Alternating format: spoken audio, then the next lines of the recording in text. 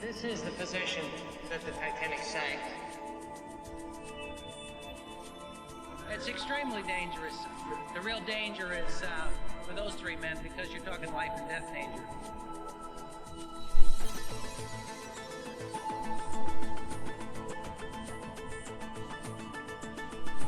Island breeze, Jim Kilburn. Go ahead, Kilburn. Roger on that. Thank you. Appreciate your help.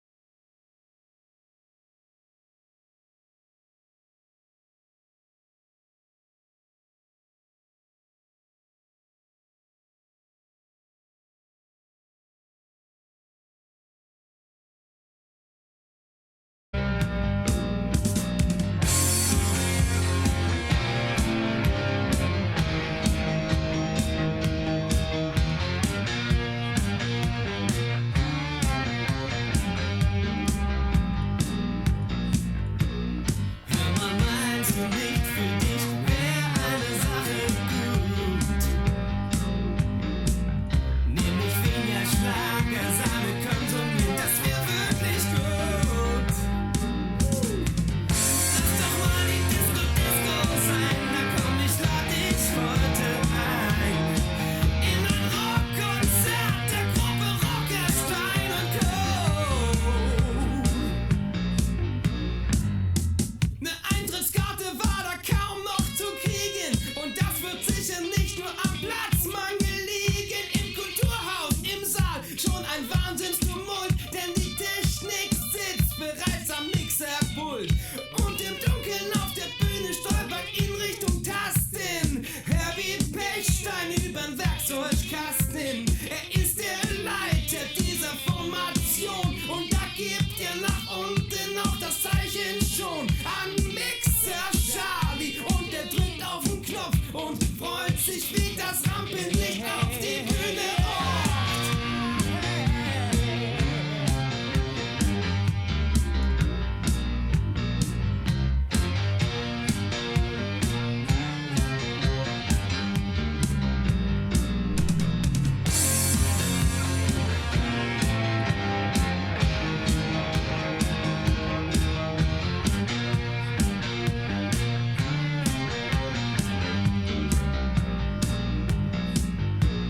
Hör mal, meinst du nicht für dich wär eine Sache gut? Nämlich weniger Schlagersahne konsumieren, das wär wirklich gut. Lass doch mal die Disco sein und lad dich selber einmal ein. In ein Rockkonzert von mir aus wieder mit Rockerstein und Co.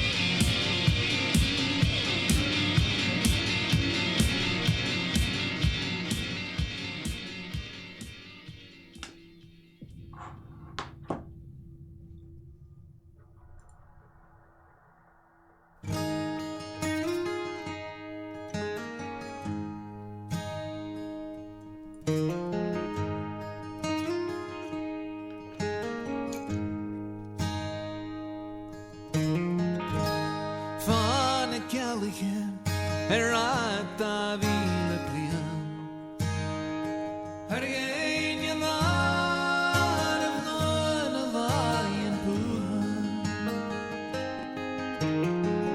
Koch reed je naar gadig, geen sachanig, geen reerling. Har geen je naar of nooit een waaien poen. Gas am fasach soas van de kushin shiel ernar. Har geen je naar of nooit een waaien poen. Chill up morning dunja en dagkris is aan paar. Har geen je naar of nooit een waaien poen.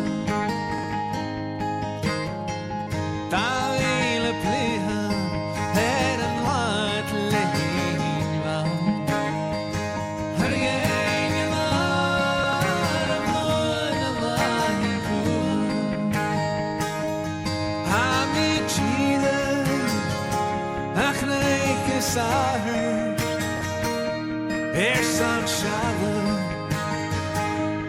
ganan power through the green tavela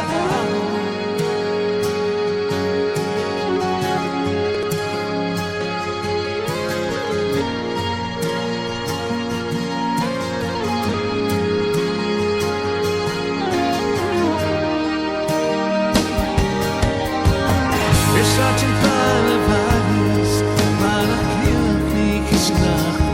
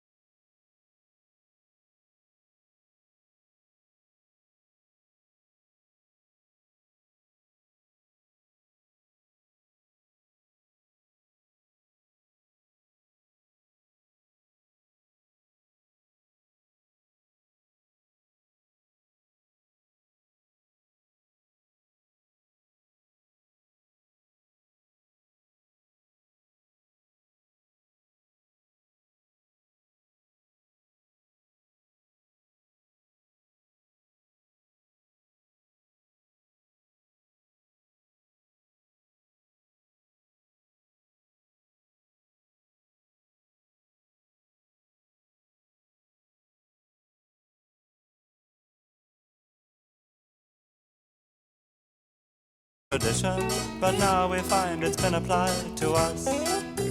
We've had to sell our stately homes to pay our debts and taxes, and no one can afford a chauffeur-driven rose. If we ever get invited to the palace, then we'll all go there by bus.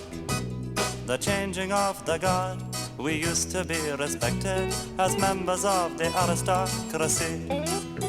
The Earl of Windermere has raised a mortgage on his mansion, and now he's paying back at £30 a week, which he makes from showing people round the manor for a $50 fee. Can't you see the way things used to be? Life was better then. Remember when we lived like lords and ladies and gentlemen? The changing of the guard, we made our sacrifices. We haven't got a butler or a maid.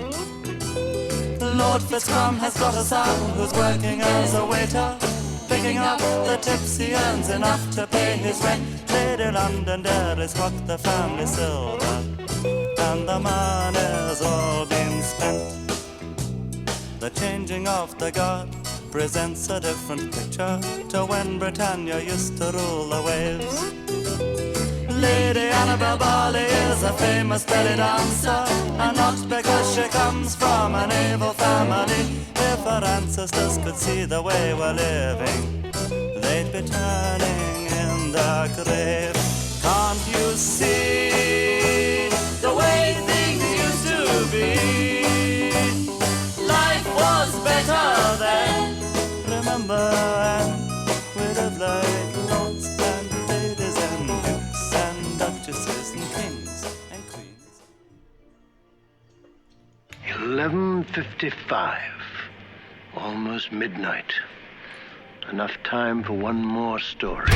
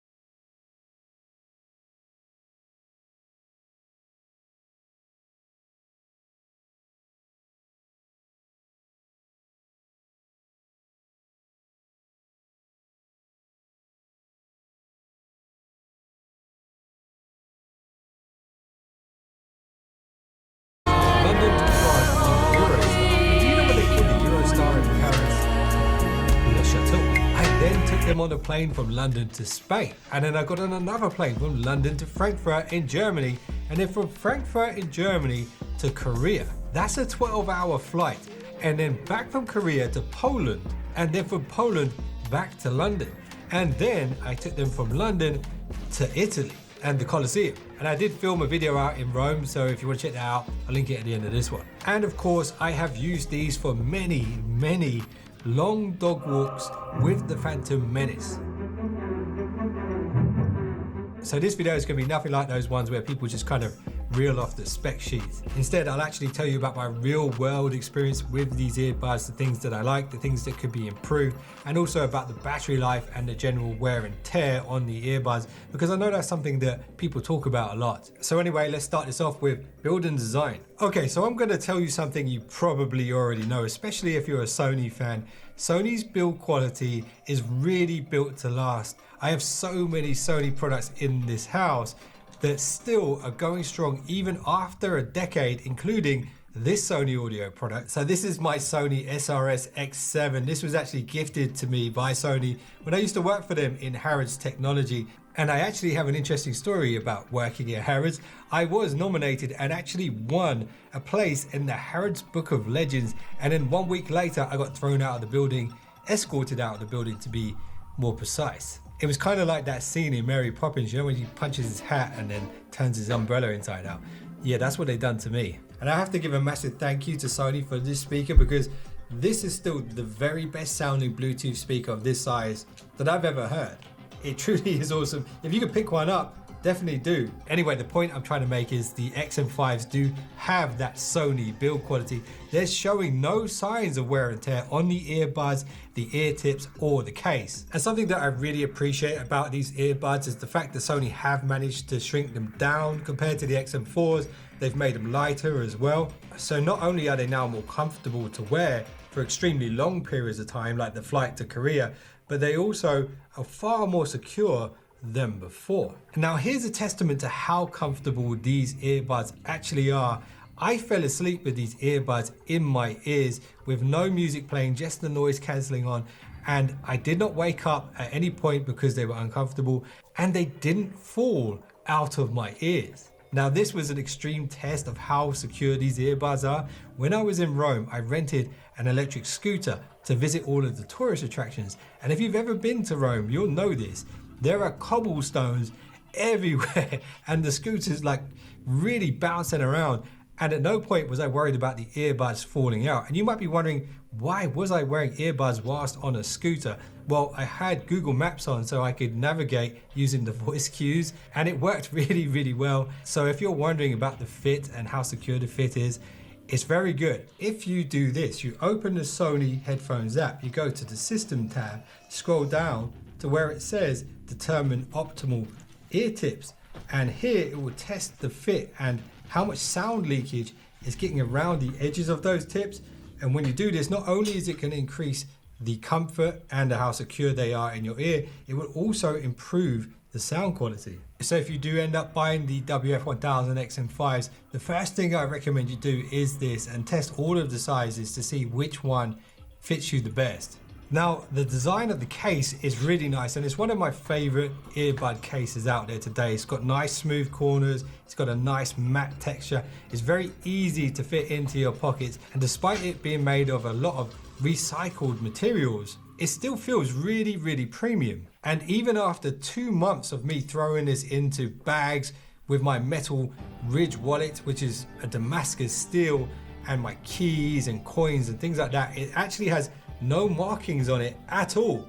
So I'm very impressed with the durability of the case and the earbuds. And here is that Damascus steel wallet I mentioned before. This is from the Ridge, and this brings me really nicely onto my channel sponsor, the Ridge. So if you've ever thought about possibly upgrading your old school wallet to something a bit more modern, something with a bit of tech in it, like RFID blocking, and you want premium materials used on your wallet, there's none better than the Ridge. And now would be the perfect time to do it, because the Ridge have partnered up with Hennessy for their summer sweepstakes. And they're doing some limited edition Hennessy wallets and key cases. And check this out, without spending a penny, you can enter to win a branded Ford Bronco or $75,000 in cash. And every dollar you spend using the link below this video, you'll earn an entry into that competition. And if you buy one of these limited edition Hennessy products, you'll get an extra 1,000 entries. And if you use my exclusive link, theridge.com/whatgear, and the code whatgear at the checkout, you'll get 10% off your order and an additional 10 entries into the competition. The Ridge wallets come with a lifetime guarantee, and I will be giving away these to a couple of my channel members. So if you haven't joined that, feel free. I'm very happy with my Damascus Steel wallet at this point in time. The Ridge wallets do come with a lifetime guarantee, and in my opinion, they are truly awesome. But don't just take my word for it. You can check out over 80,000 5-star reviews and see what they're saying. And check this out, this is how confident the Ridge are in their products. If you want to test drive a Ridge wallet for $19,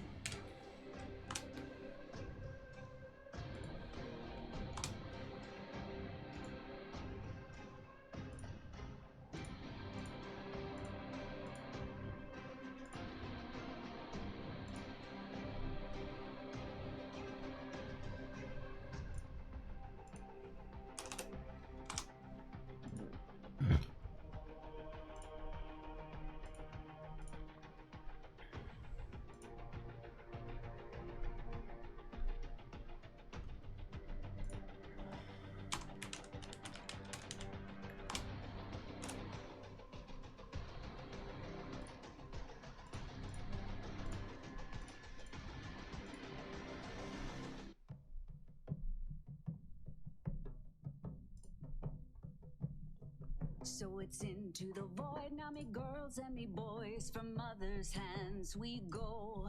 We'll be sailing to the sun till the voyage is done, then we'll be sleeping in the cold below. Sisters below, below, we're going where the winds don't blow. Yes, we're all bound down to the deep, and we'll all be sleeping in the cold below, below, sleeping in the cold below.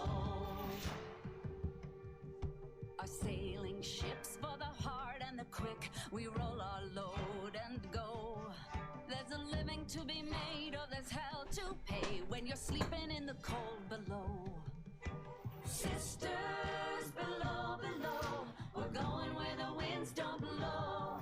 Yes, we're all bound.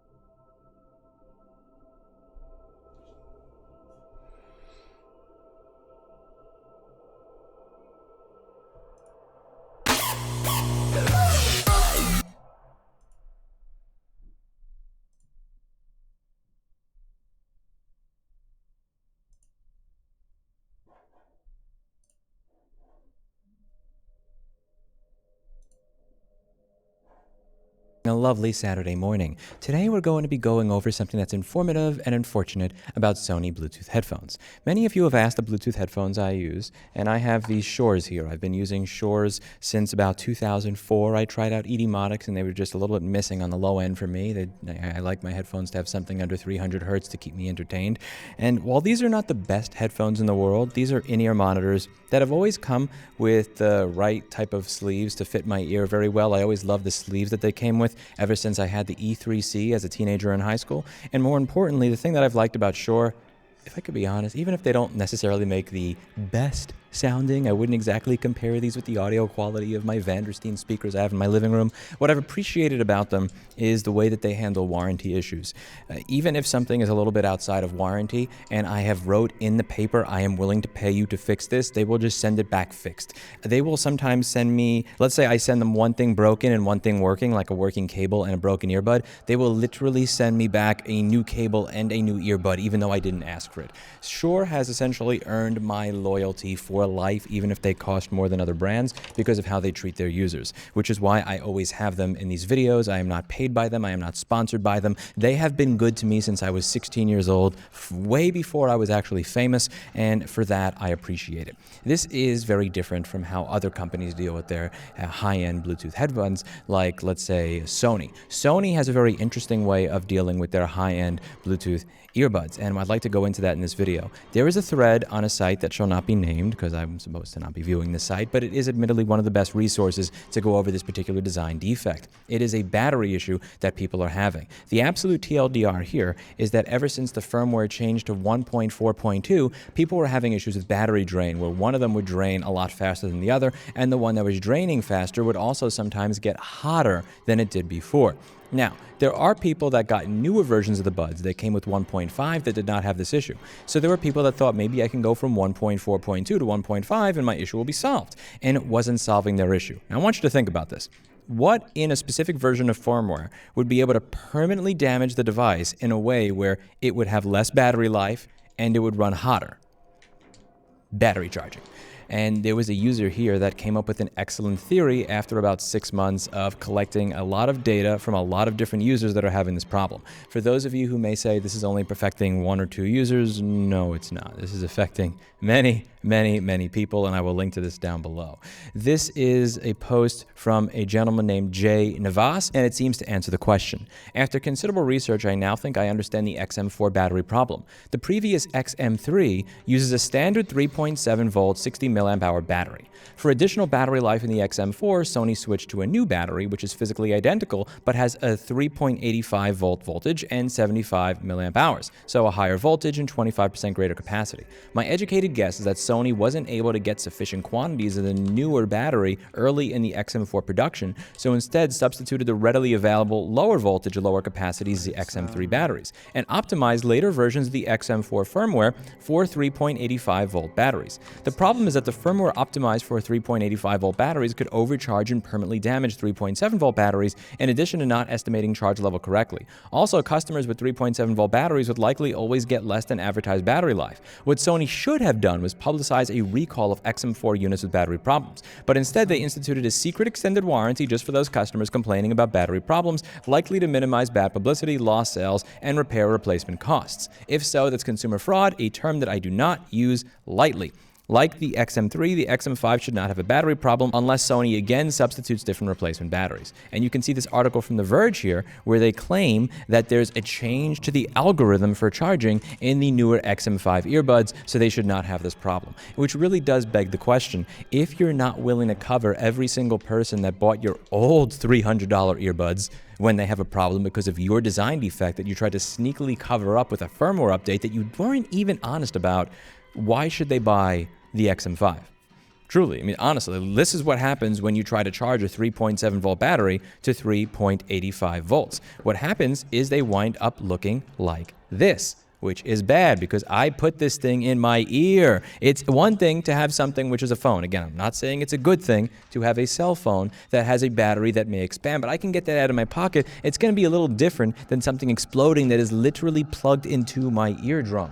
This is an in-ear monitor type of headphone, and this Sony one here looks very similar to that. This is not a bud that sits over here. It's actually a bud that's supposed to go in a little bit so that it blocks out outside noise. These are the types of buds I've used since 2004 because I would prefer to not go deaf trying to play music above the noise that exists in New York City, on the train, on the bus, and so on and so forth. So imagine having something that is literally plugged into your ear that has a lithium-ion battery that was 3.7 volts, designed for 3.7 volts, that you are charging to 3.85 volts on a regular basis because of Sony's garbage firmware and the way that they decided to manufacture this product and roll out their updates. They could have said, listen, we made a mistake, please send these back and replace them. But that's not what they're doing. They're only doing it for users under warranty that complain. And again, with many modern products, you only get a 1-year warranty, and this is something that's probably not going to hurt you in a year, but 13, 16 months in, you're going to have an unusable product that you paid over $300 for. This sounded like a pretty good explanation until you had people that actually tried the newer batteries and they were still having the exact same issue, even with the higher voltage, higher milliamp hour battery. At this point, can I be honest with you? It's not up to us to figure out what Sony messed up with these headphones. It's up to you as a person that spent $200 to $300 on them to get a replacement or to get them fixed for free because you paid $200 to $300 for a set of headphones that it seems like even the manufacturer at this point has no clue why they don't work. As convincing an argument as that was, this may not have actually been the problem with these headphones because there are people that have been taking them apart that had this problem. They think, I'm going to replace it with the 3.85 volt battery and my problem will go away, but their old headphone had the 3.85 volt battery. So that theory may have, while it was a decent sounding theory, be a theory that is incorrect. To be honest with you, it's not the community's job to figure out why a set of headphones they spent $300 for seem to kill themselves and explode in people's ears. It's not your job to reverse engineer the manufacturer's product to figure out why it has a design defect and what is causing it so that you could fix it so that you could use it. That's the job of Apple users. And more importantly, it's, in my opinion, important to focus on the problems that we do have an answer to. Why is it that Sony did not announce a recall program for this product? Why did they not announce that there were widespread issues with it? And above all, why are they not taking it back for people that are slightly out of warranty who are having this issue because of a very clear issue with their firmware? Money. Money. There's more money to be made in only addressing the problem when it reaches a critical mass, when somebody that's famous or has a lot of subscribers brings it up, or when they work for some sort of news publication, and to hope that the rest of the users just get frustrated and buy the new set of headphones, which appears to be happening. Because as I read through many of these threads, you have a lot of people who had purchased an XM4 who had all these issues saying, I'm going to buy an XM5. Why? Why? And you're also going to have cases like people that are, let's say, bought it in a different country that are going to have even more of a nightmare. This is a user that had emailed me about this issue. They updated to 1.4.2, and right afterwards, the battery was draining very, very quickly, and it would not charge to 100%. They bought the earbud while living in Germany. They moved to the United States. Sony US is unwilling to replace the product, citing a lack of parts, even though this is essentially the same earbud that they're selling in both Europe and the US. The part in question is a battery, and the battery is the same for both regions. In his communication history, he had emailed Sony Europe on April 4th, 5th, 7th, 24th, 25th, May 30th, June 4th, June 5th, August 10th, August 11th, August 16th, August 17th, August 30th, September 1st, September 2nd, September 20th, and no offer for resolution even if he is willing to pay. The only option that would be made available to him would be to purchase entirely new $300 earbuds to replace the $300 earbuds that he purchased that have a design defect. With Sony America, he reached out to them on April 5th, 24th, and May 11th. They declined to assist, stating they could only help customers in the United States and Canada. He contacted them again and finally sent the earbuds in on August 30th, not mentioning that it was European on the support chat, and he received them back in September unrepaired, with Sony Repair claiming that they don't have parts to repair them. He's now being asked to bear the cost for a problem that is caused by a Sony update, which seems to be the result of them using different parts in different earphones at different points in production that have different voltages and tolerances. And when he contacts Sony Europe and the USA, they provide conflicting information regarding warranty coverage, acceptance of their invoice, and shipping costs. They told him at one point that his invoice was not acceptable, and at another time that the proof of purchase attached shows that the product was originally purchased from Berlin. The contact person lied that the earbud needs to be calibrated, but on Sony's own website, they have a page explaining how to pair earbuds to a new case. Now, in this particular Reddit thread, he is saying that lots of customers are reporting that Sony is no longer hassling them about out-of-warranty returns, and they're replacing the earbuds with no questions asked. However, this is not the first nor the second email I have received from a customer complaining about these very same earbuds where Sony was unwilling to deal with them at all because they were a few days out of warranty or because of a region issue for a product that they really do seem to have designed in a way to make it fundamentally disposable. This is the same thing that I criticize Apple for. Apple will come out with something that has an issue where if you open the laptop all the way, you're ripping the flex cable when you close it again, and then they will not cover that laptop under an extended warranty program. However, in the newer model, they will fix the issue and they will extend the size of the cable. Apple knew that there was a problem when they produced this computer. They knew there was a problem when they changed the design, but they're not covering people that had that problem. They will cover you if you have an A1706 from 2016, but they will not cover you if you have an A1707 from 2016 or an A1706 from 2017, even though they have the exact same design flaw. And it's important to understand that if Apple is able to get away with this, then other companies are going to look and say, I could get away with it too. Hear no design defects, see no design defects, there are no design defects. If they pretend for long enough that there is no problem, maybe it'll just get swept under the rug and maybe people will continue to purchase our garbage $300 headsets that are produced by a company that is willing to update the firmware with a firmware that literally kills them. Again, do you want this in your ear? I personally don't. I would never stick a product from this company in my ear. And this also comes back to a point that I bring up time and time again on this channel, that the very people that are telling you that right to repair is dangerous, that these people are going to be mishandling lithium-ion batteries and causing things to explode, are the very companies that are actually producing products and updating their firmware over the air with firmware that overwhelms them and causes them to explode inside of your ear. Everything that we are accused of as independent technicians is something that the manufacturer is actively doing to their own users and, unlike us, not taking accountability or responsibility for when their users ask them to. Should you give Sony money for headphones ever again? In my opinion, no. Don't buy any headphones from this garbage company until they decide to take back every single XM4 that has a battery issue, whether it is in warranty or not. It will not count as repentance unless they do this for every customer that has a problem, not just the customers that got featured in a video by somebody who's famous on the internet. They must do this for everyone, not just influencers, not just famous YouTubers. Every person who gave them $200 to $400 for these headphones who has a battery problem because of their production and their firmware should have the right to have that replaced at no charge because they mismatched the firmware to the battery. Now, I know what you're thinking, Lewis. You're telling me what the problem is and you're telling me why I shouldn't buy from the company, but you're not presenting me with a solution, and I need a solution. I don't have a solution for this. I'm a man when it comes to e-commerce that has the utmost in morals and ethics. But I do know somebody that had a solution to this that I could never in a million years stand behind or recommend that you take part in. My mother. And she had sworn me to secrecy with this. She said, until the day that I die, Lewis, you need to promise you are going to keep my lifetime warranty solution a secret. She has unfortunately passed on, so at this point, I am no longer held by obligation to keeping this a secret. She believed in something called the lifetime warranty when it came to products that had design defects or that were designed to fail. And I am not suggesting that you do this because it would be bad for the vendor, it would be bad for the manufacturer, it would be bad for their reputation, it would create a lot of extra work for them, which would be immoral and wrong. What she would do is if she bought a product that had a design defect that was not covered by the manufacturer, in spite of it being very clear that it was a design defect, she would buy another of that product from that manufacturer, and she'd return the broken one in the box. So what she would do is, if she bought something from Toys R Us, I swear to God, my mother probably did more to bankrupt Toys R Us than Mitt Romney.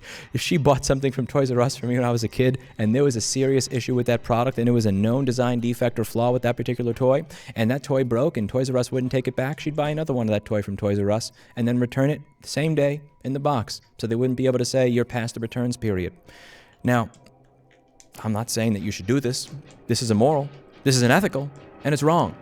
Above all, it's going to make the vendor that is selling these products say, you know what, your product has a really high return rate, we don't want to deal with you anymore. Sony may wind up having a black eye in the eyes of eBay or Best Buy or Amazon or whoever it is that's selling their products. Further, it's going to make a lot of extra work for Sony, because now Sony is going to have to work overtime to process all of these returns, which would be incredibly, incredibly mean and improper to do to Sony. And you should not do that to Sony. It is not right that you create more work for Sony and screw up their reputation simply because they won't take accountability for putting a bomb in your ear. Two wrongs do not make a right, and I am not suggesting that you do this.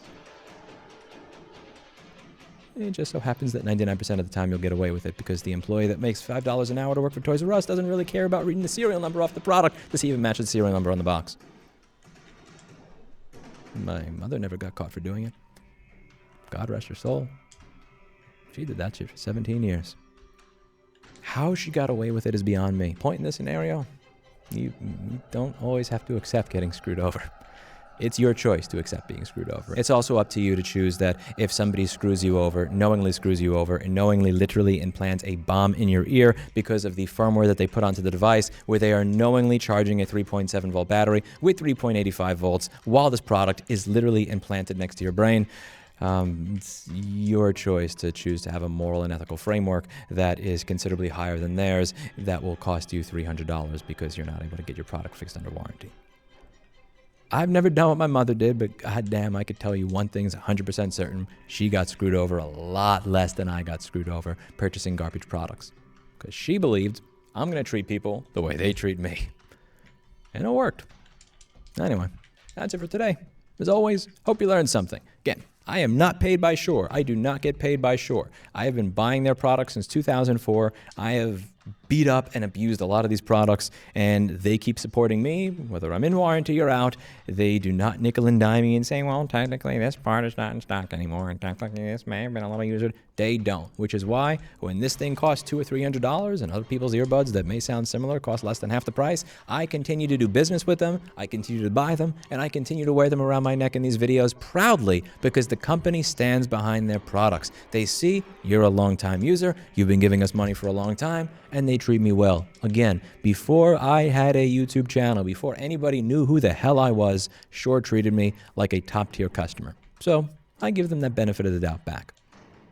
Will you find better sounding products for the price to sound quality ratio that you get with them? Maybe, but when it comes to at least mobile products, again, for home, Vandersteen Model 3A Signature, Owens Corning 703 fiberglass all over the walls, all the way. For travel, I mean, I destroy these things. So what I really, really care about when it comes to traveling is durability and fit in the ear. And you just can't beat these. Like, in the number of flange ear tips they come with. Because when it comes to in-ear monitors, it's not even necessarily about the actual sound quality of the device. It's about the fit that you get in your ear. And a lot of these come with tips that just fundamentally don't stick in your ear properly. They come with so many different tips. They send you an entire bag of like 12 or 20 different tips, guaranteeing that you're probably going to find the right fit for you. I really should be hitting up Shure for a sponsorship at this point, because they're getting quite a bit of good PR here, but I think they deserve it. Anyway, this video has been a little bit of a rambly video. The absolute ending TLDR is, if they are willing to continue to ship this product and they are not willing to help the users that had this product and they're trying to get out of it every single which way by saying your invoice is not technically correct, or the region is not right on this invoice, or technically you purchased this from a vendor. Should you spend $300 on their new earbuds? Absolutely fucking not. Send them a message that if you're going to fuck over your users, that we are not going to give you money anymore. That's it for today. And as always, I hope you learned something. I'll see you in the next video. Bye now.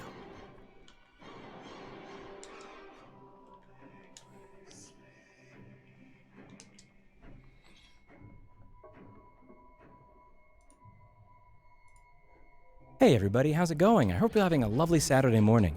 Today I'd like to follow up on a video that I did a week and a half ago that could not have been more perfectly timed. This video is titled, Piracy is Completely Justified.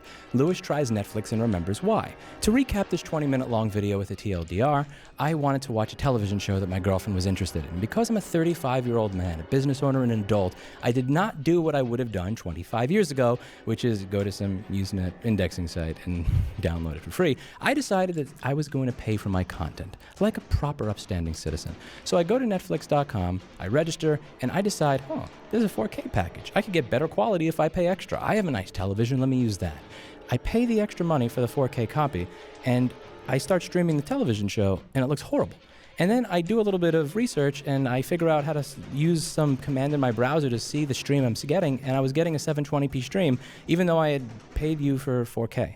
And it was at this point that I realized that unless I have the right monitor and the right cable and the right graphics card and the right processor type, because apparently certain processor types will not work with this, and the right operating system with the right browser, I'm not going to be able to watch the 4K version that I paid for, which is very interesting because it doesn't say any of that when you're signing up for it. However, if I decided to go the free route, which is use some random Usenet indexing site and search for the name of that television show, for free, I could have downloaded a higher resolution copy than what I would have gotten from Netflix, and it would have played on any operating system, any processor type, any GPU, any monitor of my choosing. There are people who have condescendingly said that this is a skill issue, that I should know all of this stuff before I pay for it, in spite of the fact that when I use any other means of getting content, that it just works out of the box when you double click it.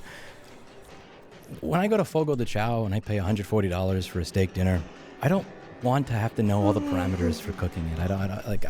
I'm paying full price for what I got so that I don't have to deal with all of that.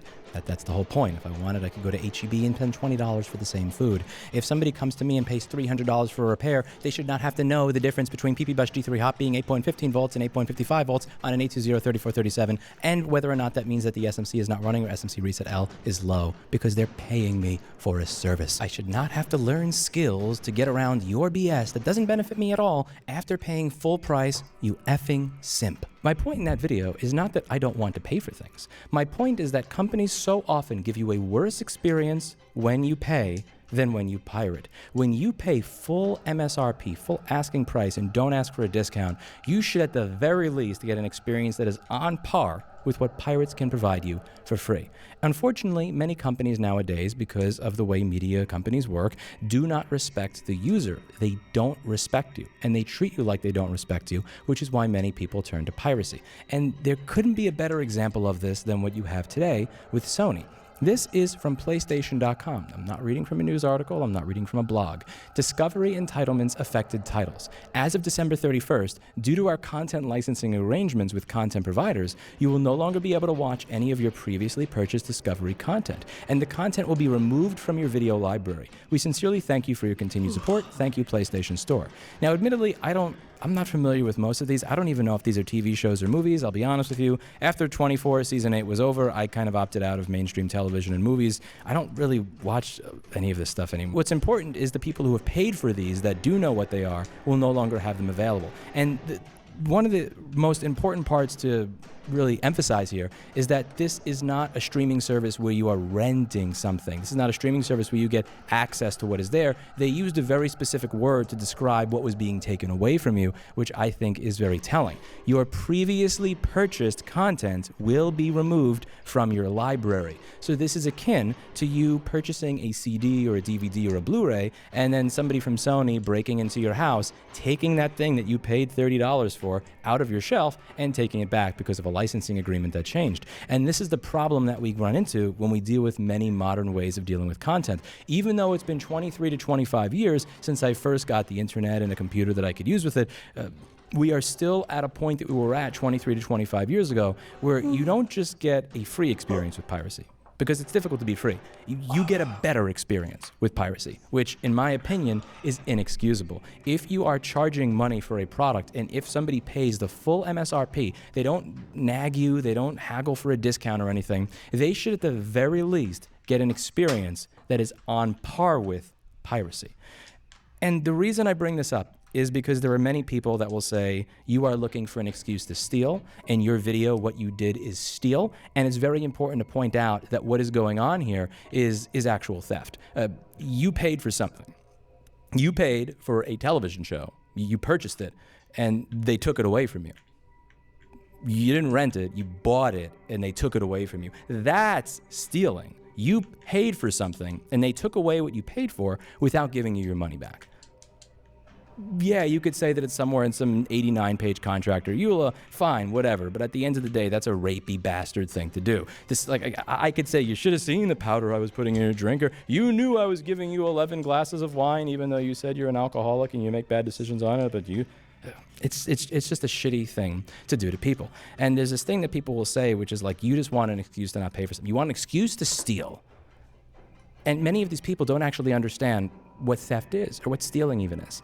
If Netflix is the content owner, but also the rights holder, and I paid them the full amount that they asked for a 4K copy, and I paid them extra to view in 4K, and they serve me 720p, I am 100% within my right to seek out a higher resolution copy wherever I can get it, because you've already been compensated. It doesn't matter if I use Usenet, BitTorrent, email, whatever the hell else it is to get that copy of that content. I paid you for it. I paid you extra for the higher resolution. You did not provide it for me. Since I paid you and I did not get what I paid for, I now have the right to seek what I paid for elsewhere, if somebody's willing to provide it to me. I've always been happy to pay for what I find valuable. You know what I have in my garage? You know what I found while I was moving? This is a copy of SUSE Linux 8.1. The reason the version is important is because this version that I got from Best Buy for $79.99 is so old that I bought this while I was going through puberty. My main source of income when I purchased this $80 operating system that was open source free and downloadable for free was, I think I was charging $1 to $2 to wash people's bikes on my block with a rag using the hose in the side of my house, and I saved up to buy the things that I wanted. I believe people should pay for what they find valuable, and I believe that by paying for value, this empowers you in your own life to ask for value when you know you're providing it for other people. It's not just for the sake of being altruistic to other people. It's actually good for you to pay for what it is you find valuable, to not weasel out of paying for what you find valuable. But all too often in our modern society, we run into cases like this where companies don't respect your right of ownership, whether we are talking about a vehicle, a MacBook, a tractor, an electric skateboard, or media. Companies nowadays do not respect the right of ownership. They don't even understand the concept of right of ownership, and they seek to take it away with every EULA that they have you sign. And as long as companies are doing everything they can to take away your rights of ownership after you have bought and paid for something, you are morally obligated, I would say, to get back what they stole from you by any non-intrusive, non-violent ways possible. If you purchased any one of these titles from Sony that you see here, and you go to a website that will allow you to download a pirated copy, you have not stolen. They have stolen from you. They have broken into your house and taken a Blu-ray out of your collection. And what you're doing is you're simply getting it back in the least intrusive way possible. Because unlike what they've done to you, which is intrusive, breaking into your collection and taking something from you, what you're doing to get it back through piracy is not intrusive. You're downloading a copy that somebody made after they purchased it. I don't see a problem with that. The more stuff like this happens, the more people are going to say screw it and decide to pirate. And this is the thing that media companies fundamentally don't understand. It's been, again, over 20 years and they still don't get it. When you make people that want to do the right thing feel stupid for it, they will stop doing that right thing and they will start doing what they want to do. I understand this viscerally with my customers. I don't want them to feel like they're being coerced in any way, shape, or form. I said this in the last video, and it's worth saying again. You can look in the video description down below. I run a repair company. For the many of the new subscribers that I have that aren't aware of my background and history, I run a component level repair company that primarily focuses on the repairs that most other repair shops just don't want to do. And rather than do the whole, I'm the only one that knows how to do this kind of thing, so you have to deal with me, I do everything in my power to make my skill set and my knowledge and all my information on core failures available to everybody so that you can choose whoever you want to do this repair, maybe even do it yourself, now that you have the knowledge of what is necessary and can refer this knowledge to a local technician or your nephew or whoever else. In spite of that, I still get business. I don't want people to feel like they are making a decision because I am twisting their arm. I want them to feel like they have every other option available to them, but what I'm offering is such a good and convenient and quality service that it just makes sense to have you do it. Until media companies understand this, piracy will continue to exist. And yes, there are freeloaders out there. We must acknowledge this. There will always be freeloaders that decide that regardless of how much value somebody provides me, regardless of how much they respect me, regardless of how they've treated me, I am still going to take from them without ever giving anything back. You're right. Freeloaders do exist in this world. There are people that you can give a good value to, you can treat as good as humanly possible, that will still treat you like crap and take from you every step of the way. That is true. That is a reality of life in every area. You're not going to change that. But to treat everybody poorly because there are freeloaders in the world is doing a disservice, not only to your customer base, but also to yourself, because in the end of the day, you're the one that's going to lose when you treat people like this. I genuinely believe that there is more money and more benefit in the long term to treating your customers with respect, to treating them like partners, even if there are freeloaders. I'm fully aware that there are repair shops out there that have probably done 1,000 repairs off of my earlier videos where I was giving away as much information for free. The C7771 stuff, the C9560 stuff, the U8900 stuff, the U1950 stuff on the 820-3476s that causes a PM sleep SVRL to go up really quickly. All the stuff on repair.wiki that in some cases, not only have I contributed to, but I've paid people to contribute to, that will never in a million years give away any information to anybody else for free. I realize there are people out there that not only will never give back to me, but that have learned all this information and will never share what they learn with others. There are people that will take in all this good information, and when they learn what goes wrong with the new devices, will never tell a soul. Is that going to stop me from doing what I'm doing? No. And conversely, am I not successful because of that? No. My business is still around. I remember 14 years ago when people were saying, if you give away information for free, you can't treat people like that. Nobody who would want to pay you. I'm still in business. Many of the people that said that are not. Treat your customers with respect. At the end of the day, they will pay you. I don't know, maybe I'm a rarity. Again, I was going through puberty when I paid $80 for Linux. People will pay for what they find valuable. And if you treat them with respect, they will treat you with respect back. I assure you of that. And the people that don't, you're going to have to deal with the fact that a minority of those people are the reality of life. But you cannot shit on everybody else because freeloaders exist. You ruin it for everyone. And you turn people like me that are happy to, again, pay for Linux. I'm like the dude that pays for WinRAR here. Decide, I'm never paying you again. And I want to be clear and clarify that point when I say never pay you again. That doesn't simply mean that I will not pay you and I will pirate your content. That means that I will pretend that your content no longer exists. For me, if a show is Netflix exclusive, I'm not watching it through their website, through piracy, or any other means. I will find media that I want to consume because I don't like giving attention in any way, shape, or form to companies that go out of their way to screw me and treat me like garbage. I forget the guy's name, but it's like on the tip of my tongue. It was something like, you don't have to be worried when people are pirating your content. You have to be worried when people stop pirating your content, because that's when you've truly become irrelevant. That's it for today. And as always, I hope you learned something. I'll see you all in the next video. Bye now.